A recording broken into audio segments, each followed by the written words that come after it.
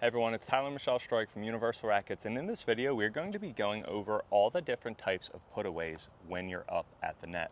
Depending on what situation you're in while you're up at the kitchen, there are different types of shots that you can take to end the point. Now tell us about this, Michelle. So how many times have you had a floating ball and you know that you can put the ball away, but for some reason it either goes long or it goes into the net?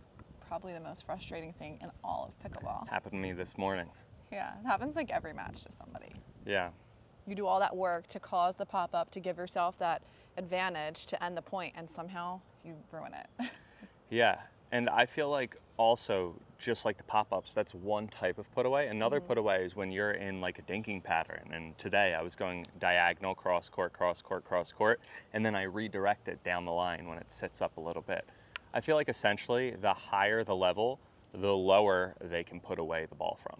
So if you're a beginner intermediate player, maybe every ball that's up here, you're going to put away.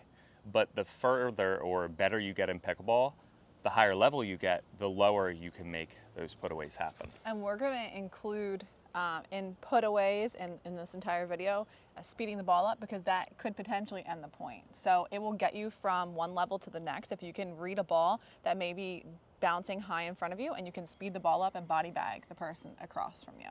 So these are all different types of strategies that you can use to end the point and put the ball away. Yes. Now, the number one reason why players miss putaways and why I was missing putaways this morning was because I take too big of a swing. The bigger of a swing you take, the more trouble you'll have and the more things that can go wrong. You need to make sure you keep it short. So what I mean by that is I was doing my backhand flick, and what I was doing is I would take a giant big swing and then go, instead of, I should have kept my elbow in and just went with my wrist. So I think a number one thing from the start is if you want to make more putaways, just keep your elbow in instead of keeping your elbow out, and we're going to demonstrate that up at the court. Okay. We'll get started? Yes. Let's go. The first thing that we're going to go over again is taking a big swing. I feel like a lot of players, they struggle with putting the ball away when the ball's high and it's sitting because they take a big backswing and a big giant swing and then they go. If you take a big backswing, you take a big giant swing, you are going to be prone to missing. Instead of taking a big giant backswing next time you're on court, I want you to think if you ever get a high ball, you want to keep your elbow in. Not necessarily tucked in like you do for fast hands, but you don't want this elbow to flail out. Again, I feel like where I was going wrong is I would literally turn my body, have my elbow out, and then go down when I should have just kept it over here. Another thing too that you want to think about that I like doing for myself, and I wish I thought about today, is that I always want to keep my elbow in like the center. Pretend that there's an imaginary box right here, okay? There's an imaginary box right here. I am, again, keeping my elbow in that imaginary box at all times. So every single time, again, you want to make sure you keep your elbow in.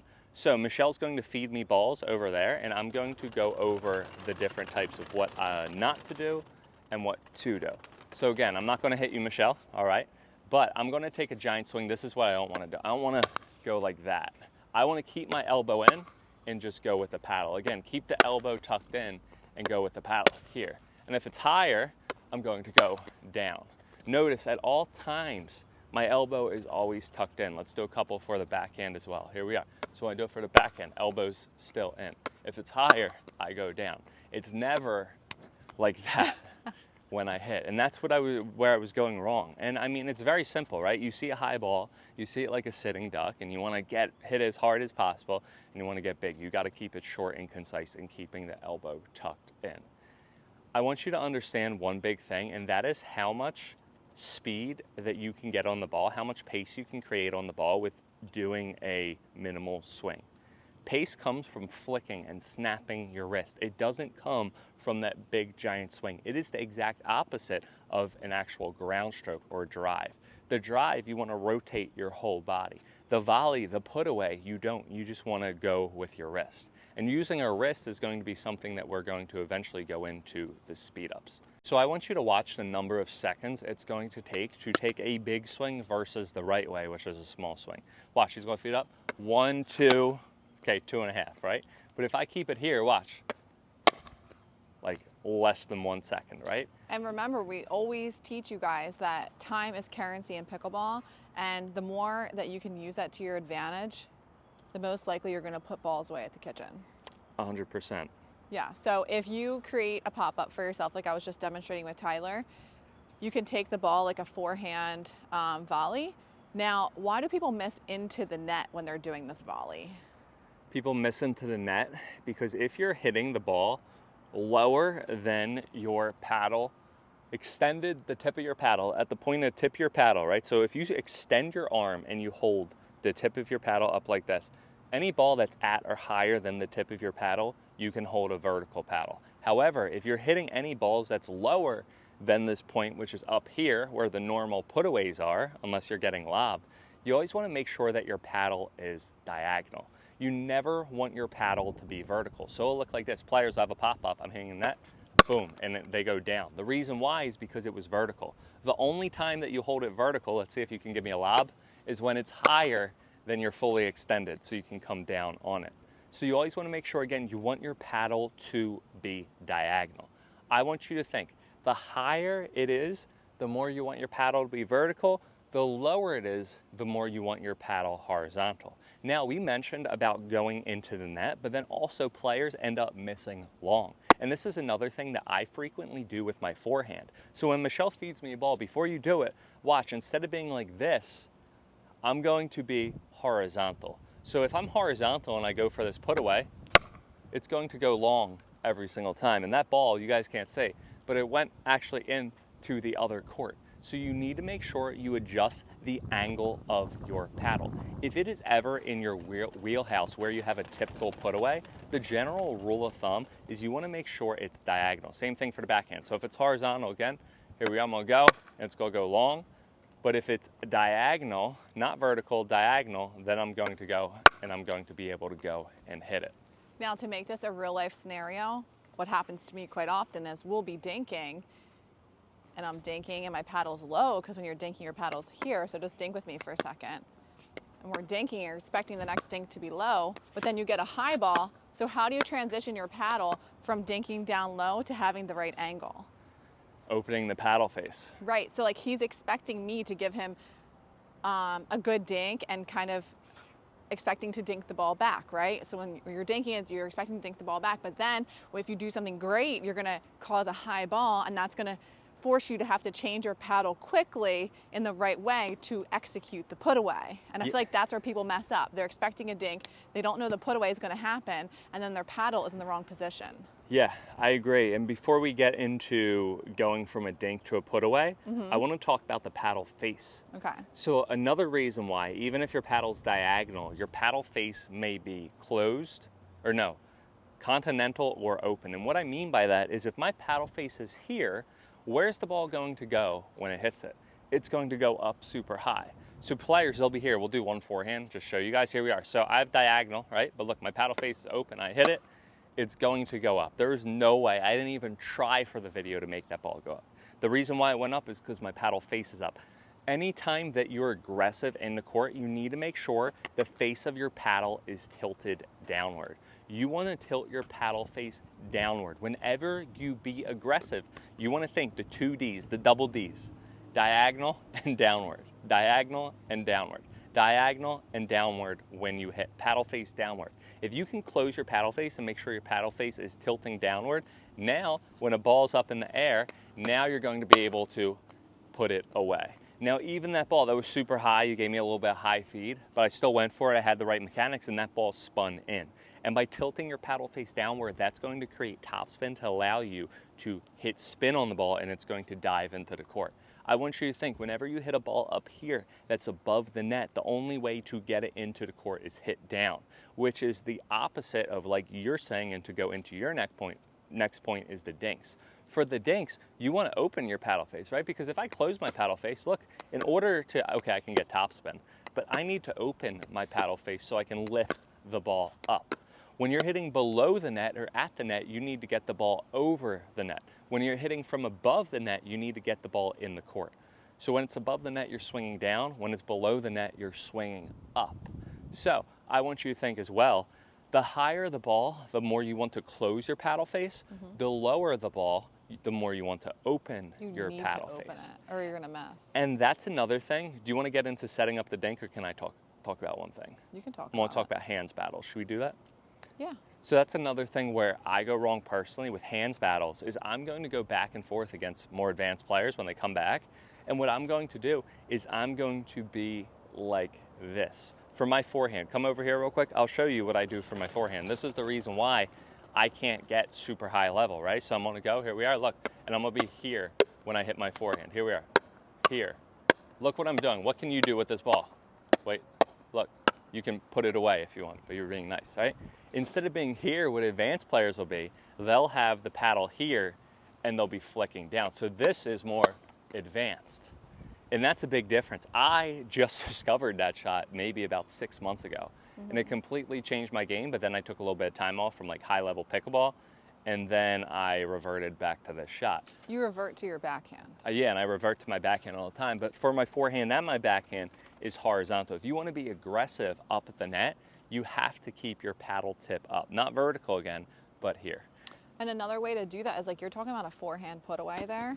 That's my favorite shot. The only way you can execute a forehand in a hands battle is to create space, which is more about positioning and your body and being able to anticipate the ball coming towards you. So if I hit a good cross-court dink and I'm on the left side and I know it's going to be a high ball, I slide to the left and move my body to the left a little bit so I can have the perfect contact and space coming from no backswing, but from my shoulder to put the ball away. Which in my opinion, that's one of your most amazing shots. I love that shot. I wish I could do it, and I continually wonder why I can't, but I think it's honestly because it came from tennis. Every time you hit your volley, you want to be here. For pickleball, you want to be here, not here, here. Right. It's much difficult. Why don't you show them while I just check the camera about the shot that you do that's so good. In my opinion, it's the best shot ever. I think it's all about anticipation, to know that you're going to be able to attack with your forehand, because a lot of players take this as a backhand. Like Tyler has he says he doesn't have a good forehand put away, but his backhand roll and flick is incredible. So if I'm on this side and I know a high ball's coming at me, it's coming to my paddle here, like I said, I will anticipate that coming, slide my body in this direction, never backwards, but in the side, so that I can put the ball down and away. And it's a lot in your wrist, because if you come here, you're losing time and you'll be too late to the ball. Yeah. So it's like dink, dink, dink, put away. That's what I like to do. And I feel like I can't do that shot because I'm always like this. And you're always in backhand too. Yeah. And I feel like you always in the have to backhand. really intentionally look for a forehand, and your forehands in a hands battle are more of like a scorpion. Like you go more like this because you get low and you come down on the ball like that. Yeah. Where I find more space and I take it like a forehand volley. And you know, getting low is a huge thing. So as we mentioned at the beginning of this video, the higher level players, the lower they can hit aggressive balls. And the reason why, it's not rocket science, it's not because they have crazy, crazy skills. Well, part of the reason is, but anyone can be more aggressive at lower balls. But what they're doing is they're dropping their legs. Right. By dropping your legs down, that's going to allow you to get more under the ball. And that's a huge thing. Yeah. And this under the ball is a big thing as well. Even if you're hitting above the net, you still need to get under the ball. Right. And this is a huge key that many players, if you don't come from a racket sports background, or if you're not a high level pickleballer yet, because once you watch all these videos, you will, or you take Universal Rackets programs, of course you're going to be. But what happens is you think, okay, a high ball, I need to go above or at the ball. So I go at the ball. I'm still getting below the ball. That first one is the most common mistake to make. That first one's so common to see that, and they hit it long when they mean to hit it down. Yeah, and I feel like that's when there's a floating ball, right? Because technically I kind of stop myself, because if a ball's coming fast and you're in these hands battles, you're not going to get below the ball. You're just going to hit down on it. Yeah. But if you have time with the floater, you still need to get below the ball and then go up on it and lift that ball up. And the importance and that's is a huge thing. The use of your wrist. Yeah. If you're not using your wrist to come down on it, you're going through the ball like you just showed. Now, originally he showed how it takes 2.5 to 3 seconds to go like this, to take a backswing. Not only do you need to get rid of that, but you also need to learn how to make this swing about like 6 inches. It's just this. It's just here, it's just this. Remember, we had a lesson on that. Yeah. And he was like, you need to literally, it's only this. This is more power than you'll ever get from all of this. Yeah. So no matter how aggressive you are and how much you want to kill the ball or the person you're playing against, you're going to be way more effective going like this with your wrist for a put away. Yeah, letting your wrist do the work instead of letting your whole arm do the work. Yeah, so that is when you are dinking, your paddle's low, you're dinking, you create a pop-up, you make some space, you use your wrist, you have a short compact swing, and you put the ball away. Now, if you have a lob, so I can guarantee a lot of you guys watching this, you play rack, and these people, they get caught up. Say you do hit a more aggressive dink and it pushes them back and they move back off of the kitchen into the court. They use this cop-out lob. So it could also be at the baseline, it could be anywhere in transition. It's not usually a bad lob at the kitchen that's generated, but it's usually back on defense. Yeah. So if you get a high ball, why don't you demonstrate the best way to put that away? So here, I'm gonna give you a high ball. You demonstrate. You're doing well. Here we are. Okay. Too high for you? I'm talking about when you're a little bit back in transition, I'm still at the kitchen being aggressive. And then okay, here we are. So I'm gonna be like. So you want to look for the angles on the side of the court, because if I was to hit the ball right down at Tyler's feet, he would have potentially defended that. But if you can learn to find the sidelines, it's going to be really hard for someone to defend that ball. Here's a little. It gives them no chance to get to it. Disclaimer though, you want to make sure you don't try to be perfect. So that happens too sometimes. You do want to try to find the angle, which I love that tip. And I think it's great adding different perspectives. But what I caution everyone is don't try to get that perfect line. Aim for the general area of that side. Don't aim for the line, because what's going to happen is you're going to try to get it so perfect and you're going to end up missing. Right. Another thing that I like to do, and I was doing a lot in more higher level plays, and we could do a video on this, I feel like if the ball's up in the air, what players do is they tend to cheat towards the side. Because what I mean by that is more advanced players, if they know that, say if someone's over there that's advanced, right? They know that I have a pop-up, we're playing an advanced game, like a higher level game. They know that I'm going to go over here or over there. I'm going to be splitting the court, right? So they're going to cheat over and wait for that ball. A great place to also go is down the middle, because both the players are trying to defend the sides, and then you can go down the middle. Yeah. I would recommend, again, always starting out with going out wide, but if you see that they're getting a lot of those balls, always switch it up once in a while and go to Or middle. what I was going to say too, is like every ball you have a different plan, or you can do something different with it, but to know all your options is to be in the best position. I think so when you're getting when you have a high ball that you're putting away with an overhead, you can first go down the middle. So you go down the middle first, maybe they return that middle ball. So I'd go middle and then angle, or angle and then middle, to move them around, because you already have the advantage, so you're putting them on defense and they're scrambling. The one thing that I wouldn't really recommend, unless they're super far back or out wide, is go short. I feel like there's times that has to be your special little drop shot. For at least myself, that like I'll be afraid to hit a smash because I think that they're gonna get back, and I'll do like a little chop, and then they'll end up getting it somehow and then go. Yeah. If you're playing really athletic players, or if you're playing really older players, you might get like looked at funny that you went and did that shot. Well, like you just reel. posted a reel telling people to what? Lob. I said to hit the ball short if they keep defending it. But also, with that being said, the worst thing you can do with an overhead is the same shot. So say I'm playing against you and you give me an overhead and I hit it to your forehand up the middle. My second shot better not be to his forehand up the middle, because he didn't have to move anywhere to defend that shot. Yeah. It's the same thing as dinking. You need to hit the ball where your players are not, which sounds so simple, but in pickleball, that's the easiest way to win. And you know the best thing that you can do? What? The best thing. What do you think? I think know their weakness and put the ball to wherever their weakness is. Hit the ball in. That's the best thing that you can do, is hit the actual ball in the court. I feel like too many players, they try to be too perfect, and also they're afraid that their opponent's going to get the ball back. And this is a big thing. You might laugh at, but or like people you see watching. The ball coming up, and you're like, oh my god, don't miss it, don't miss it, don't miss it, don't miss it, Let me explain myself. Let me explain myself real quick. I was playing Grandpa Chris today. Grandpa Chris has amazing resets. Grandpa Chris, you're going to go at him, and he's going to get 10 balls back. That usually, and his name's Grandpa Chris. It's pretty funny. This guy's 39, I think he turned, and he's a grandpa. But like, so he can move pretty well, right? So like the grandpa's pretty like misleading. But I went at Grandpa Chris, and I know every ball he's going to get it back. When I have a ball, and this usually happens. Wait, is he 49? Okay, maybe, yeah, he's definitely 49. 'Cause he didn't have a kid at like 10. Okay, he's 49, sorry. But he's like a really fit 49-year-old, so he can get all these balls back, okay? Watch out, I don't want to hit you. So, I have a high put-away ball at Grandpa Chris, and I know like the other guy's covered, so I have to go this way, and I'm going at him, boom. When I used to see Grandpa Chris get that ball right back to me, I would kind of like spaz out a little bit. I'd be like, oh my God, I gotta hit bigger. Like, why is he getting the ball back? That's a put away. Why is he getting the ball back?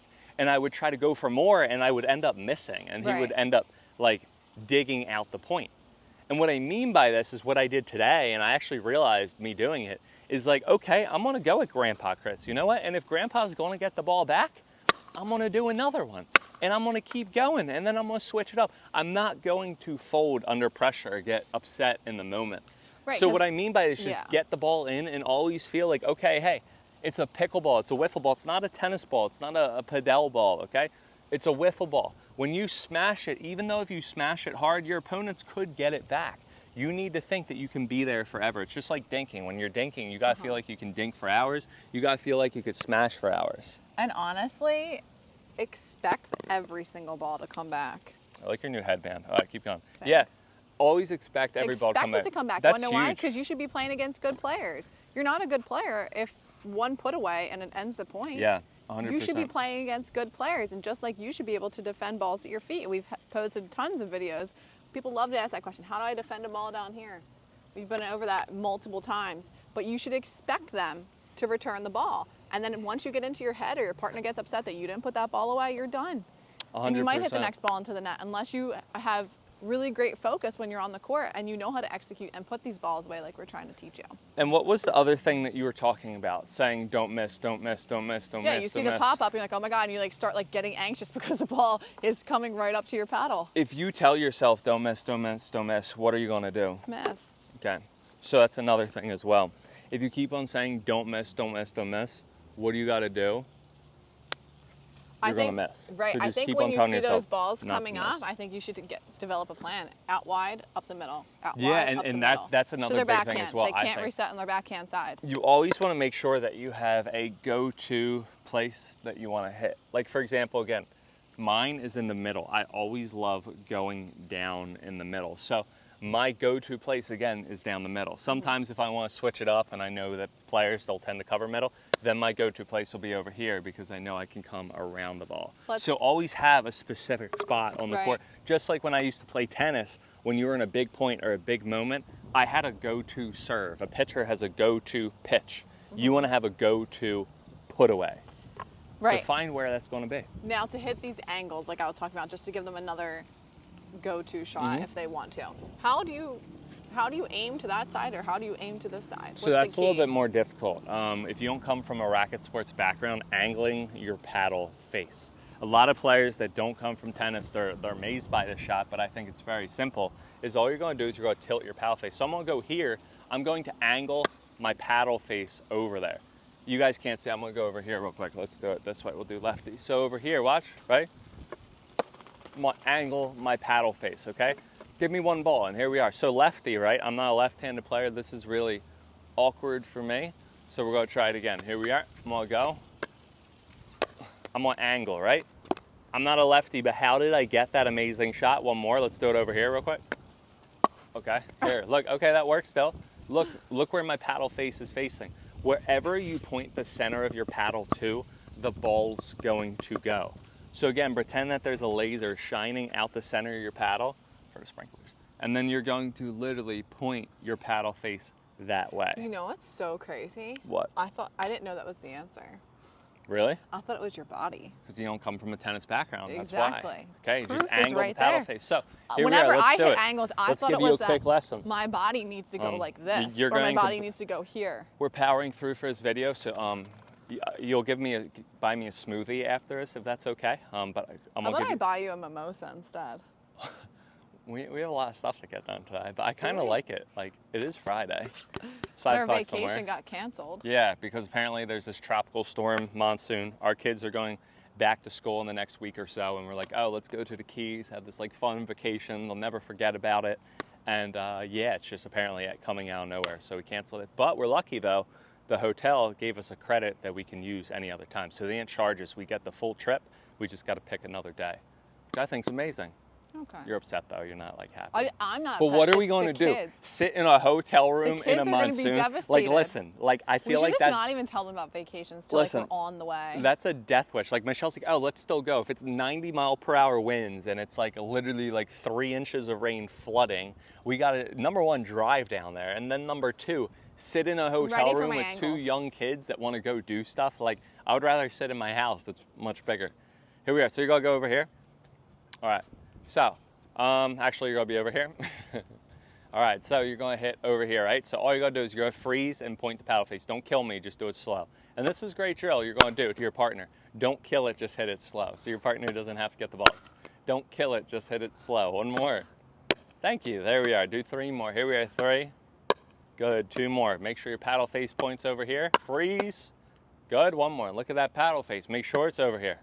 Good, look at that. Okay, let's go over here. You want to redirect it down the line. Oh my gosh, it's so hard. No, it isn't. All you do is point the paddle face down. Okay, where's your paddle face? Over there. That was out. You got to point your paddle face over here. You're doing it right now, but you're not going through actual motion. You're not focusing on it. You need to really focus on exactly where that paddle face is going to go. Okay, ready? So here we are. We're going to go over here. You're going to point your paddle face over here. Good. 2 more.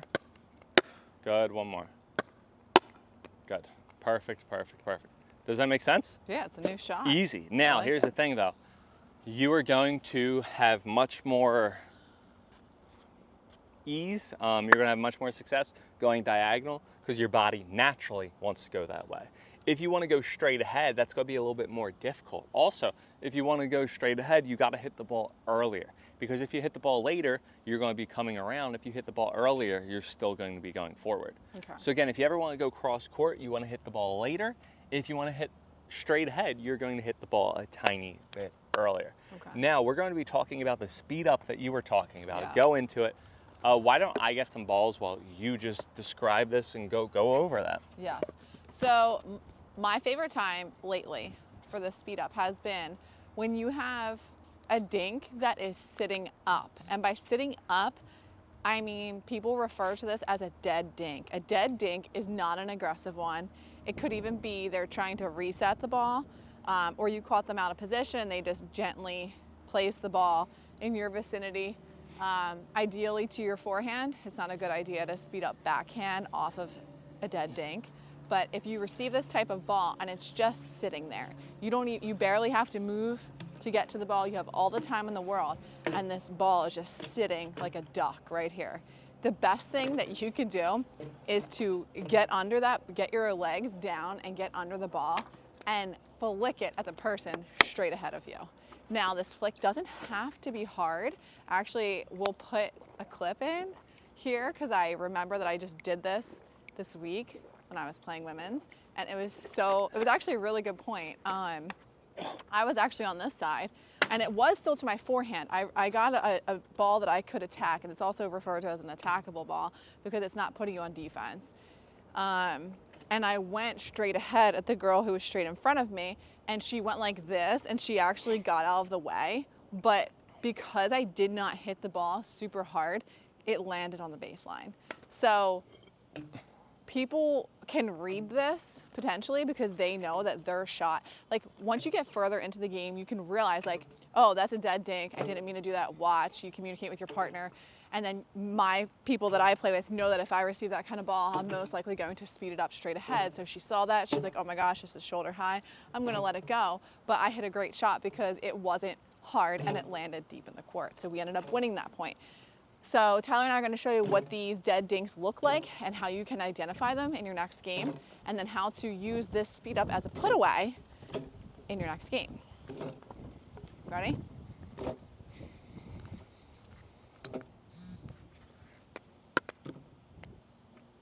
I thought I was going to put a clip in because when I was playing this week, I was on the left side and I hit a speed up straight ahead. Should put clips in. And it landed on the baseline. Let's go. Here we are. It was great. So you show us. Okay. So when you're dinking, that one I have to kind of get low. This one's shallow. I can't really go off of that. I'm looking for a dead dink to my forehand. Okay. Same thing, shallow. Yeah.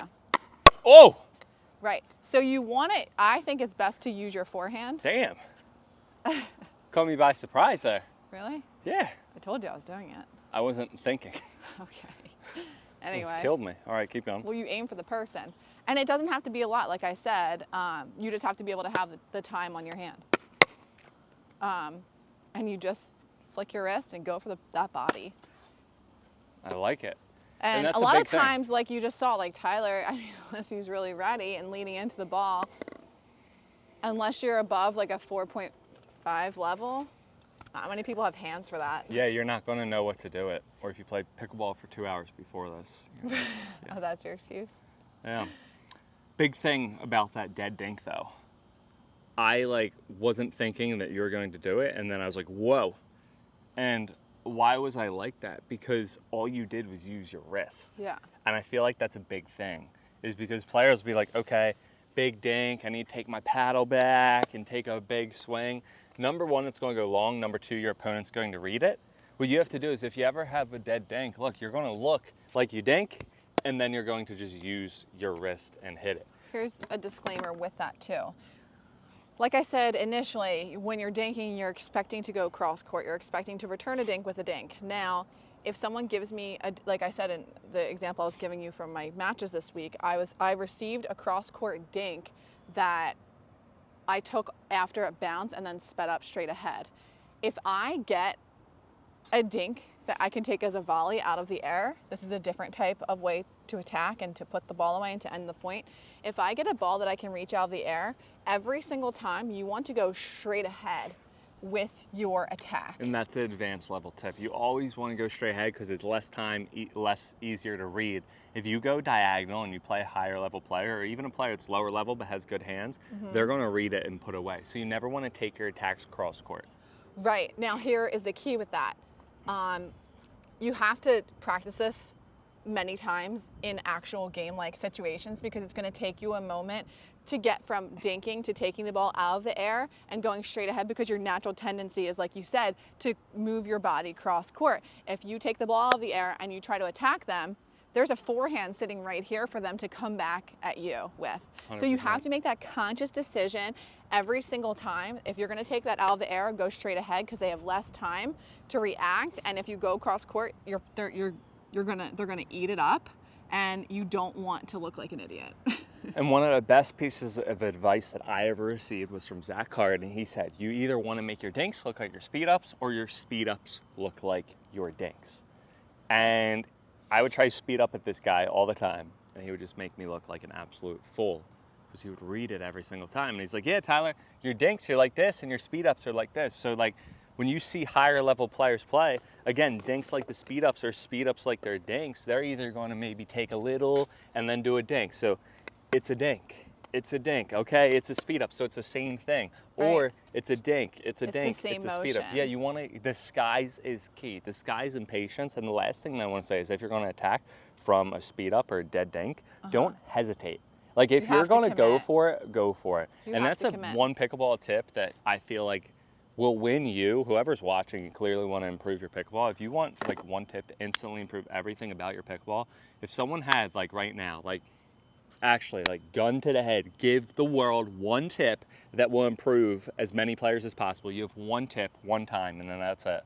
What would I say? I would say always go with your first decision.